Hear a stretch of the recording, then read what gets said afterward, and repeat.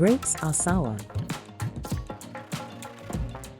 एक दफा एक जंगल में एक लोमड़ी रहती थी।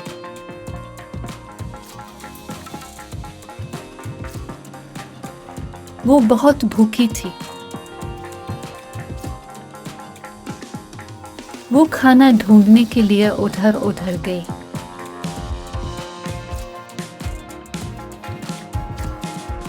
इसने दरख्त पर अंगूरों के गुच्छों को लटकते देखा। इसका मुंह पानी से भर गया। इसने छलांग लगाई लेकिन उन्हें पकड़ने में नाकाम रही। फिर उसने बार बार छलांग लगाई लेकिन सब बेसूद गया।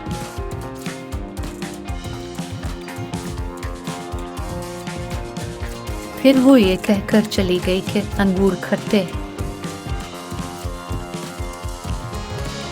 ये कहानी हमें अखलाकियात सिखाती है। जो चीज़ हमारे पास नहीं है इसे गलत मत करो, इसको हासिल करने की कोशिश करो। इस तरह की मज़ीद वीडियोस देखने के लिए मेरे चैनल किड्स ड्रीम को सब्सक्राइब करें। Like, share and subscribe my channel.